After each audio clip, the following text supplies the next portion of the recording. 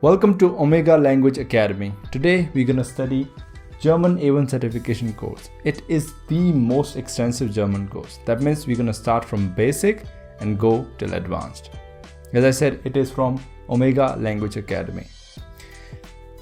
This is session 1, and remember, Deutsch is the German of German. So German must be called something in German language, right? It's called Deutsch. And Deutsch is official language in these many countries. So if you're learning German, that means you will be able to stay in these countries if language is the barrier. Germany, Switzerland, Belgium, Austria, Liechtenstein and Luxembourg, all of them. Welcome to German A1 course by Omega Language Academy. This is your session 2 and today we're gonna study alphabet. I think you know what alphabet are in English, right? A, B, C, D. So let's talk about the first one. In English it's A, but in German it's A, as in arm. So if you remove RM, it is how it is pronounced, A.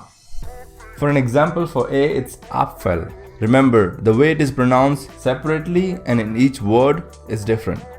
So it might be different for letter and different in the word. We'll see. I've gone through 6 sessions. You can see all the videos in the playlist, right? Now let's begin. In this session, we will understand question words in German. Question words in German are called Frage, Wörter. And there are 2 words in there, Frage and Wörter.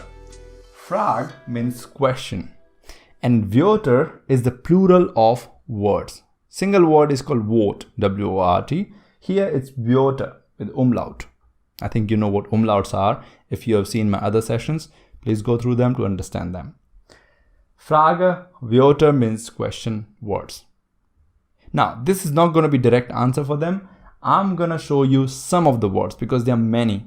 We're going to see some of them, basic of them, let's say 6. And you will play a game.